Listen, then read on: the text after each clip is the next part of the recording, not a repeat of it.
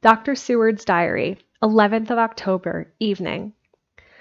Jonathan Harker has asked me to note this, as he says he is hardly equal to the task and he wants an exact record kept.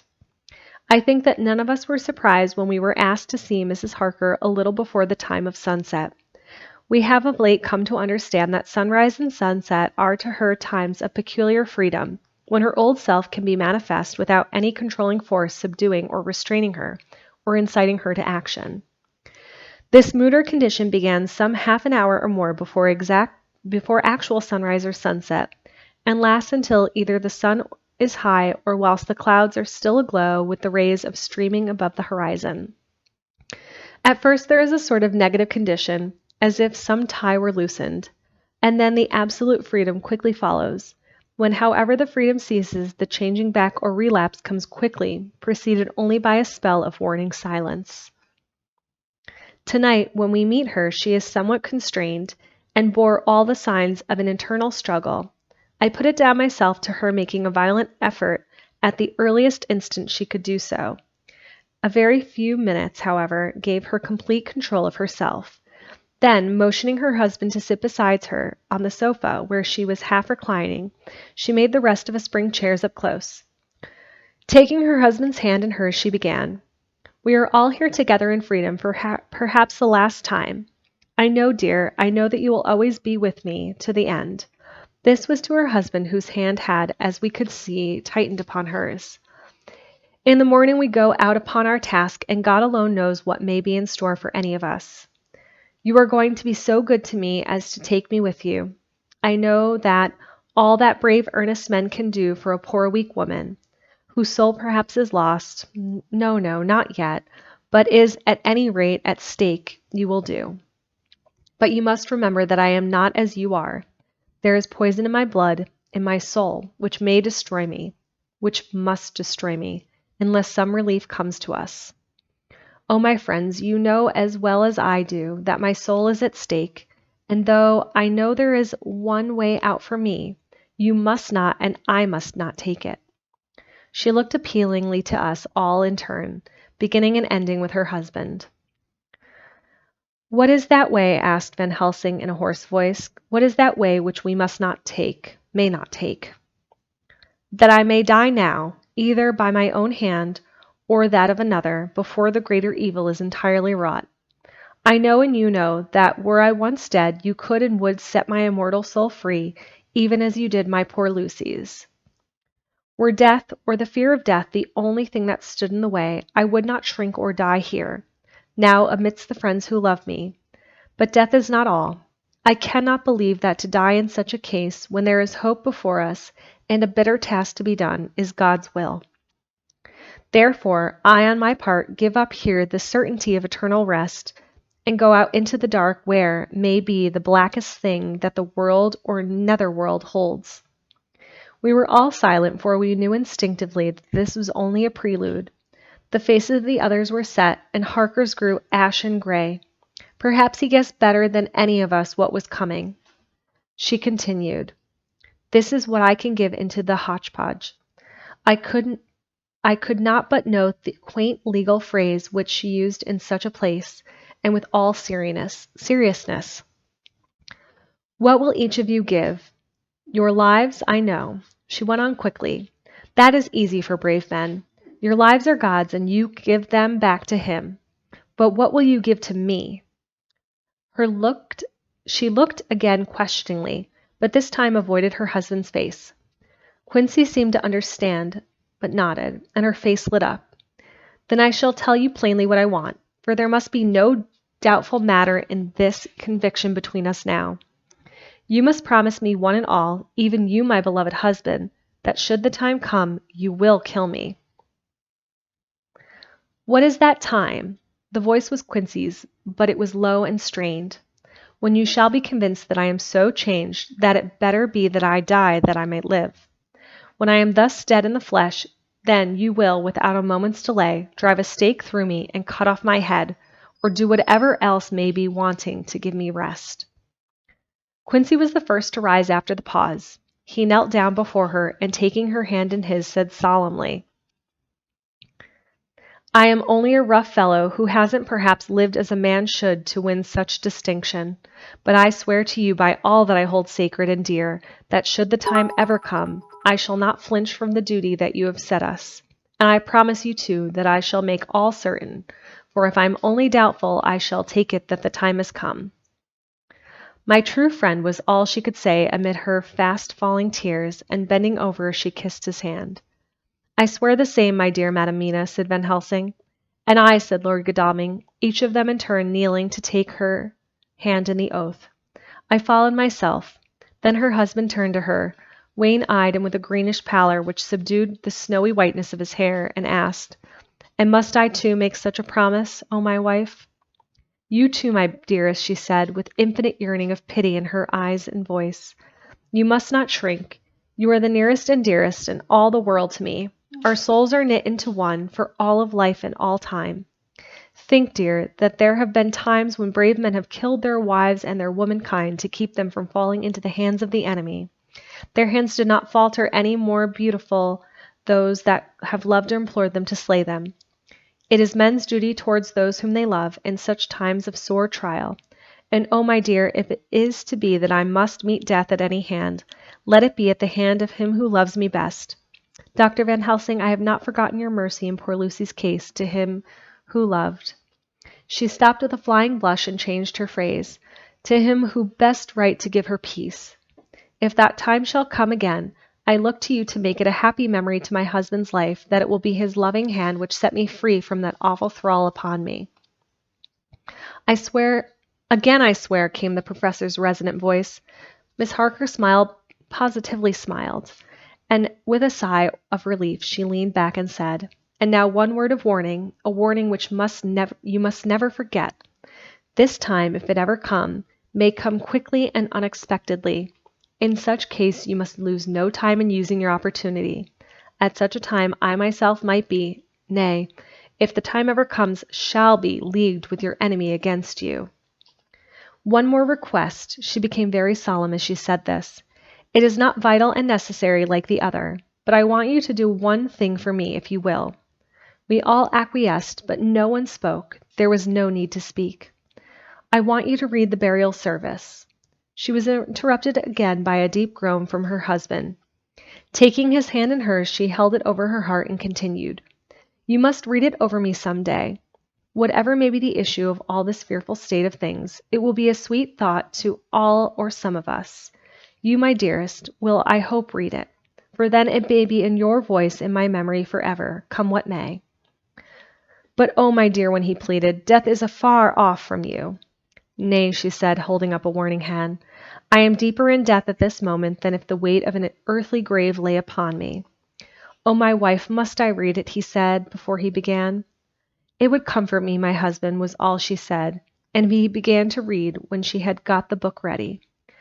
How could anyone tell of that strange scene, its solemnity, its gloom, its sadness, its horror, and with all its sweetness? Even a skeptic who can see nothing but a travesty of bitter truth in anything holy or emotional would have melted to the heart had he seen that little group of loving and devoted friends kneeling round that stricken and sorrowing lady, or heard the tender passion of her husband's voice as in tones so broken with emotion that often he had to pause. He read the simple and beautiful service for the burial of the dead. I cannot go on. Words and the voice fail me. She was right in her instinct, strange as it all was, bizarre as it may hereafter seem to us who have felt its potent influence at the time. It comforted us much, and the silence which showed Miss Harker's coming relapse from her freedom and soul did not seem so full of despair to any of us as we all dreaded. Jonathan Harker's Journal, 15th of October, Varna. We left Charing Cross on the morning of the 12th, got to Paris the same night, and took the places secured for us in the Orient Express. We traveled night and day, arriving here at about 5 o'clock. Lord Godalming went to the consulate to see if any telegram had arrived for him, whilst the rest of us came on to this hotel, the Odysseus. The journey may have incidents. I was, however, too eager to get on and to care for them. Until the Tsarina Catherine comes into port, there will be no interest for me in anything in the wide world. Thank God. Mina is well and looks to be getting stronger. Her color is coming back. She sleeps a great deal throughout the journey and slept nearly all the time. Before sunrise and sunset, however, she is very wakeful and alert, and it has become a habit for Van Helsing to hypnotize her at such times. At first some effort was needed, as he had to make many passes, but now she seems to yield at once, as if by habit, and scarcely any action is needed. He seems to have power at these particular moments to simply will, and her thoughts obey him. He always asks her what she can see and hear. She answers to the first, "Nothing, all is dark." And to the second, "I can hear the waves lapping against the ship, and the water rushing by. Canvas and cordage strain and masts and yards creak. The wind is high, I can hear it in the shrouds, and the bow throws from the foam." It is evident that the Tsarina Catherine is still at sea, hastening on her way to Varna. Lord Godalming has just returned. He had 4 telegrams, one each day since we started, and all of the same effect. The Tsarina Catherine had not yet been reported to Lloyd's from anywhere. He had arranged before leaving London that his agent should send him every day a telegram saying if the ship had been reported. He was to have a message even if she were not reported, so that he might be sure that there was a watch being kept at the other end of the wire. We had dinner and went to bed early. Tomorrow we are to see the vice-consul and to arrange, if we can, about getting on board the ship as soon as she arrives. Van Helsing says that our chance will be to get on board between sunrise and sunset.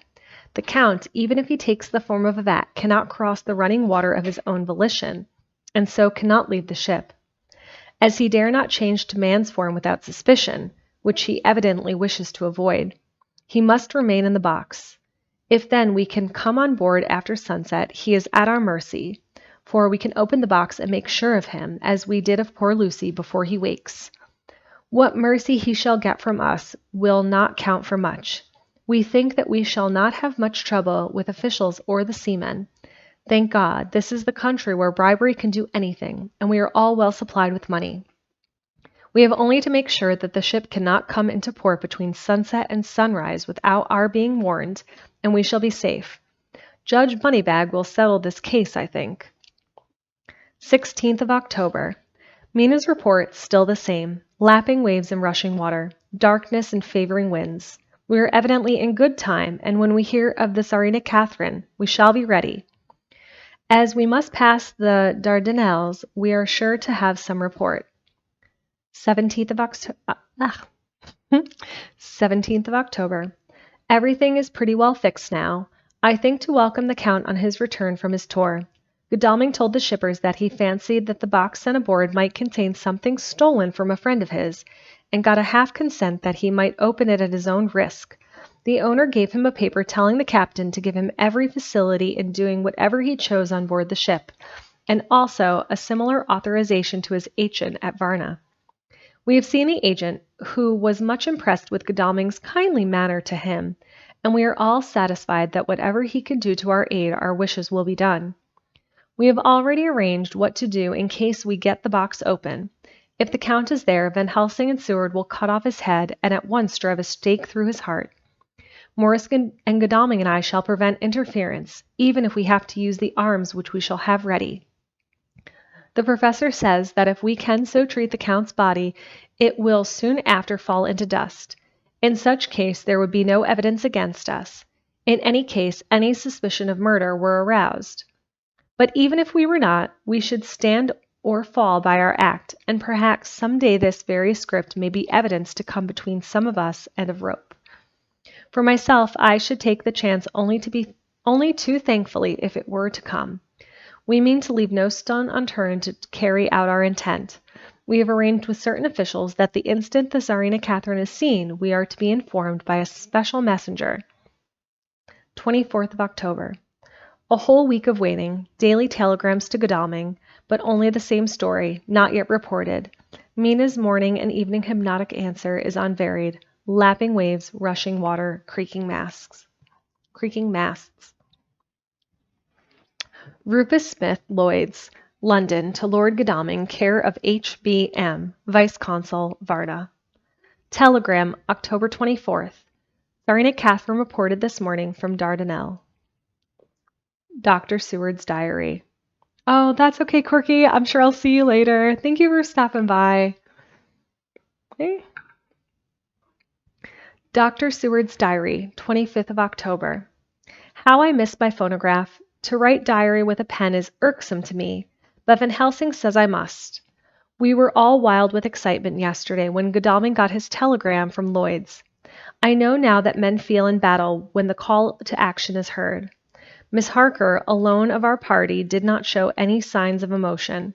After all, it is not strange that she did not, for we took special care not to let her know anything about it, and we all tried not to show any excitement when we were in her presence. In old days she would, I am sure, have noticed, no matter how we might have tried to conceal it. But in this way she is greatly changed during the past 3 weeks. The lethargy grows upon her, and though she seems strong and well and is getting back to some of her color, Van Helsing and I are not satisfied. We talk of her often. We have not, however, said a word to the others. It would break poor Harker's heart, certainly his nerve, if he knew that we had even a suspicion of the subject. Van Helsing examines, he tells me, her teeth very carefully, whilst she is in the hypnotic condition, for he says that so long as they do not begin to sharpen, there is no active danger of a change in her. If this change should come, it would be necessary to take steps. We both know what those steps would have to be, though we do not mention our thoughts to each other. We should neither of us shrink from the task, awful though it be to contemplate. Euthanasia is an excellent and a comforting word. I am grateful to whoever invented it. It is only about 24 hours' sail from the Dardanelles to here. At the rate the Tsarina Catherine has come from London, she should therefore arrive some time in the morning. But as she cannot possibly get in before then, we are all about to retire early. We shall get up at 1 o'clock so as to be ready. 25th of October, noon. No news yet of the ship's arrival. Miss Harker's hypnotic report this morning was the same as usual, so it is possible that we may get news at any moment. We men are all in a fever of excitement, except Harker, who is calm. His hands are as cold as ice, and an hour ago I found him whetting the edge of the great Gherkin knife, which he now always carries with him. It will be a bad look out for the Count if the edge of that kerchief ever touches his throat, driven by that stern, ice-cold hand. Van Helsing and I were a little alarmed about Miss Harker today. About noon she got into a sort of lethargy which we did not like. Although we kept silence to the others, we were neither of us happy about it. She had been restless all the morning, so that we were at first glad to know that she was sleeping. When, however, her husband mentioned casually that she was sleeping so soundly that he could not wake her, we went to her room to see for ourselves. She was breathing naturally and looked so well and so peaceful that we agreed that the sleep was better for her than anything else. Poor girl, she has so much to forget that it is no wonder that sleep, if it brings oblivion to her, does her good. Later. Our opinion was justified, for when, after a refreshing sleep of some hours, she woke up, she seemed brighter and better than she has been for days. At sunset she made the usual hypnotic report. Whatever he may be in the Black Sea, the Count is hurrying to his destination. To his doom, I trust. 26th of October. Another day and no tidings of Tsarina Catherine. She ought to be here by now. That she is still journeying somewhere is apparent, for Miss Harker's hypnotic report at sunrise was still the same. Is it possible that the vessel may be lying at times? For fog, some of the streamers which come in last evening reported patches of fog both north and south of the port. We must continue our watching, as the ship may now be signaling any moment. 27th of October, noon. Most strange, no news yet of the ship we wait for. Miss Harker reported last night that this morning, as usual, lapping waves and rushing water, though she added that the waves were very faint. The telegrams from London have been the same, no further report. Van Helsing is terribly anxious and told me just now that he fears the Count is escaping us. He added significantly, I did not like that lethargy of Madame Mina's. Souls and memories can do strange things during trance. I was about to ask him more, but Harker just then came in, and he held up a warning hand. We must try tonight at sunset to make her speak more fully when in her hypnotic state. 28th of October, telegram, Rufus Smith, London, to the Lord Godalming, care of H.B.M. Vice Consul, Varna. Tsarina Catherine reported entering Galatz at 1 o'clock today. Dr. Seward's diary, 28th of October. When the telegraph came announcing the arrival in Galatz, I do not think it was such a shock to any of us as might have been expected. True, we did not know whence or how or when the bolt would come, but I think we all expected that something strange would happen. The delay of arrival at Varna made us individually satisfied that things would not be just as we had expected. We only waited to learn where the change would occur. Nonetheless, however, it was a surprise. I suppose that nature works on such a hopeful basis that we believe against ourselves that things will be as they ought to be, not as we should know that they will be. Transcendentalism is a beacon of the angels, even if it will be a will-o'-the-wisp to man. It was an odd experience, and we all took it differently. Van Helsing raised his hands over his head for a moment, as though in remonstrance of the Almighty. But he said with a word, and in a few seconds stood up with his face sternly set. Lord Godalming grew very pale and sat breathing heavily. I was myself half stunned and looked in wonder at one after another. Quincey Morris tightened his belt with that quick movement which I knew so well. In our old wandering days it meant action. Miss Harker grew ghastly white so that the scar on her forehead seemed to burn, but she folded her hands meekly and looked up in prayer. Harker smiled, actually smiled, the bitter smile of one who is without hope, but at the same time his action belied his words, for his hands instinctively sought the hilt of the great Kirky knife and rested there. "When does the next train for Galatz?" said Van Helsing to us generally. "At 6:30 tomorrow morning." We all stared, for the answer came from Miss Harker. "How on earth do you know?" said Art. "You forget, or perhaps you do know about Jonathan, you forget, or perhaps you do not know, though Jonathan does, and so does Dr. Van Helsing, that I am the train fiend. At home in Exeter I always used to make up the timetables, so as to be helpful to my husband. I found it so useful sometimes that I always make a study of the timetables now. I know that if anything were to take us to Castle Dracula, we should go by Galatz, or at any rate through Bucharest. So I learned the times very carefully. Unhappily, there are not so many to learn, as the only train tomorrow leaves, as I say." "Oh, thank you, McCracken. I hope you have a good night, too. It was so nice to have you here. Thank you." "Wonderful woman," murmured the professor. "Can we get a special?" asked Lord Godalming. Van Helsing shook his head. "I fear not. This land is very different from yours or mine. Even if we did have a special, it would probably not arrive as soon as our regular train. Moreover, we have something to prepare. We must think.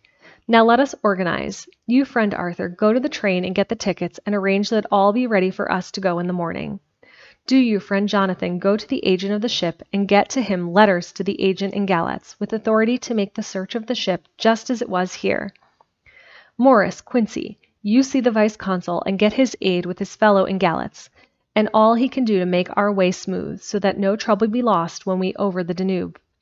John will stay with Madame Mina and me, and we shall consult. For so, if time be long, you may be delayed, and it will not matter when the sun set, since I am here with Madame to make the report."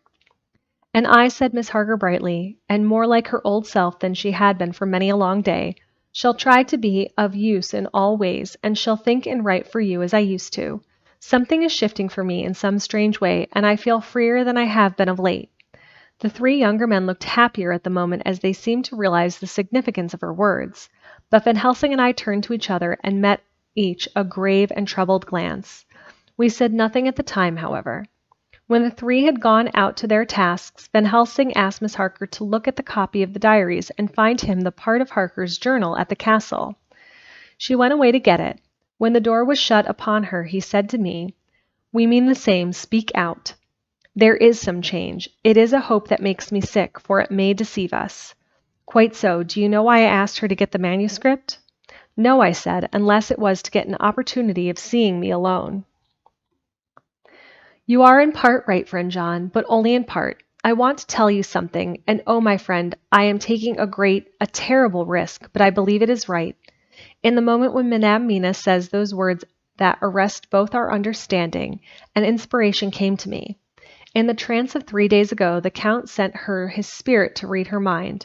Or, more like, he took her to see him in his earth box, in the ship with water rushing, just as it go free at rise and set at sun. He learned then that we are here, for she have more to tell in her open life with eyes to see and ears to hear than he, shut as he is in his coffin box. Now he make his most effort to escape us. At present he want her not. He is sure with so great knowledge that she will come at his call. But he cut her off, take her as he can do out of his own power, that so she come not to him. Ah, there I have hoped that our man brains, that have been of man so long that we have not lost the grace of God, will come higher than his child brain, and lie in his tomb for centuries, and grow not yet of our stature, and that do only work selfish and thereafter small. Here comes Madam Mina, not a word to her of her trance. She knows it not, and it would overwhelm her to make despair when we want all her hope, all her courage, when we most want our great brain, which is trained like man's brain, but is of sweet woman have a special power which the Count give her, which he may not take away altogether, though he think not so. Hush, let me speak, and you shall learn. Oh, friend John, we are in awful straits. I fear as I never feared before. We can only trust the good God. Silence, here she comes. I thought that the professor was going to break down and have hysterics, just as he had when Lucy died, but with a great effort he controlled himself and was at perfect nervous poise when Miss Harker tripped into the room, bright and happy looking, and, in the doing of work, seemingly forgetful of her misery. As she came in, she handed a number of sheets of typewriting to Van Helsing. He looked over them gravely, his face brightening as he read.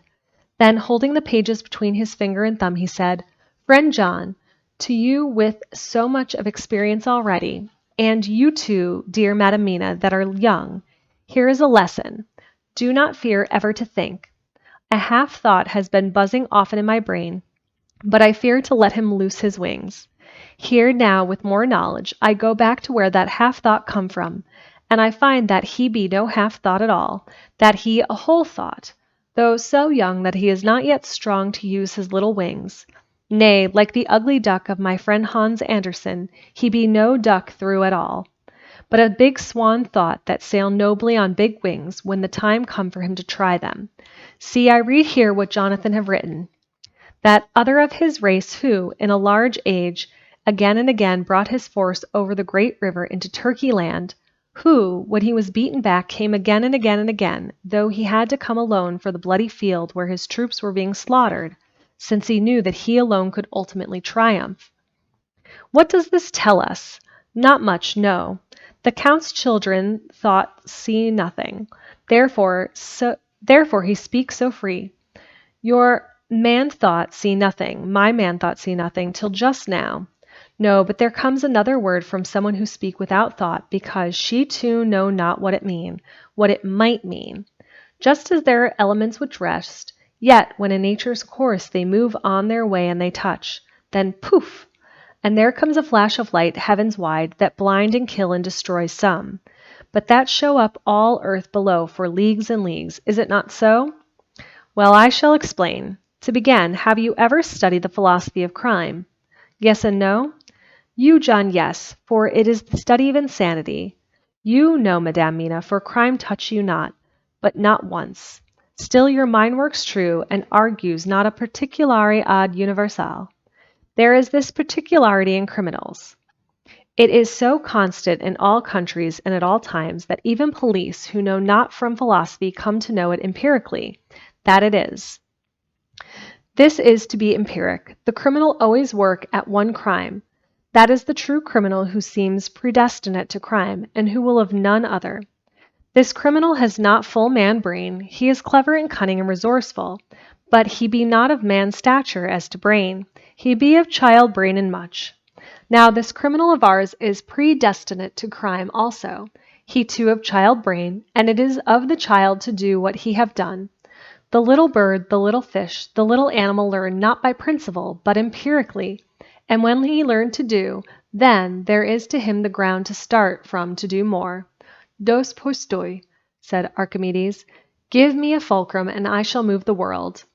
To do once is the fulcrum whereby child brain become man brain, and until he have the purpose to do more, he continue to do the same again every time, just as he have done before.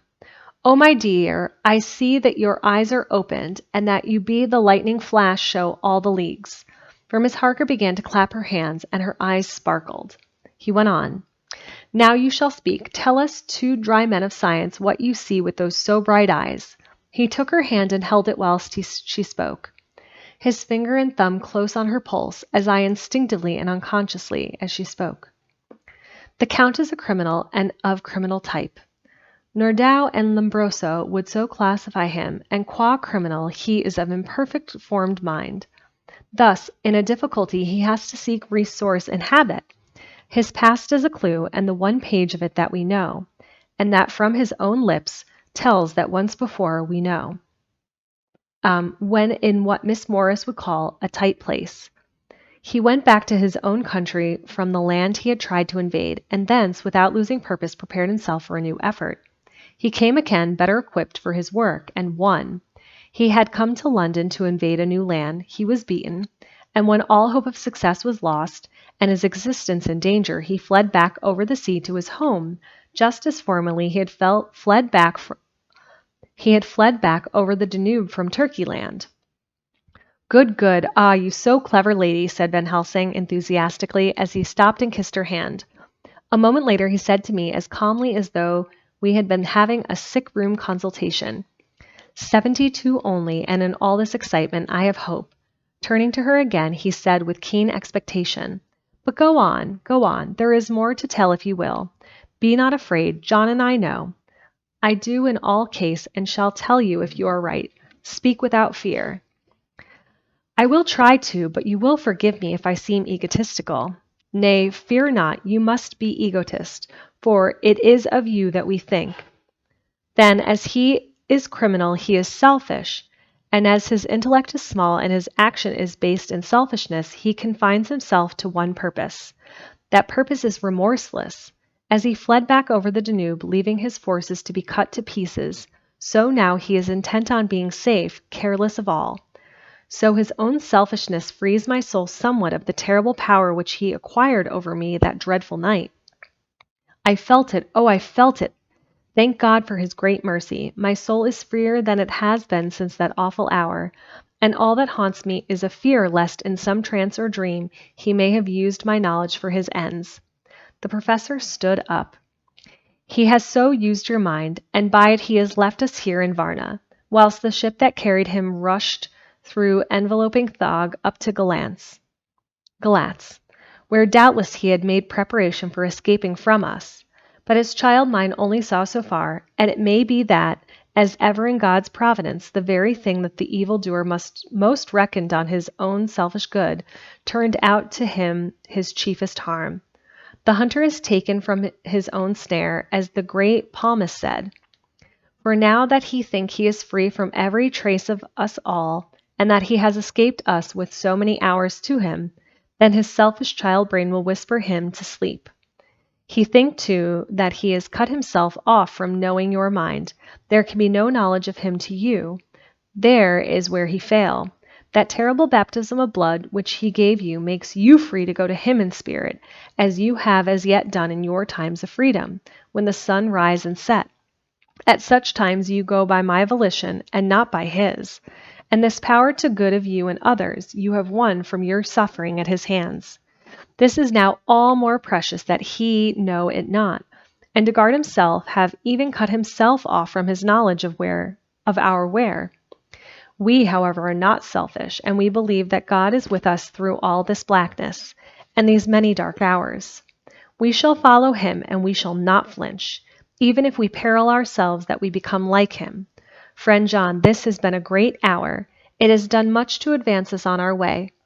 You must be scribe and write him all down, so that when the others return from their work you can give it to them. Then they shall know as we do. And so I have written it whilst we wait their return, and Mrs. Harker has written with her typewriter all since she brought the MS to us.